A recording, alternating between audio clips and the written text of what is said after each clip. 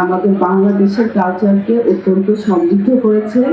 আমরা জাতিগতভাবে সবাই অত্যন্ত উৎসাহী এবং অনেক উদ্দীপনা নিয়ে এবারে এই উৎসব উদযাপন করা হচ্ছে।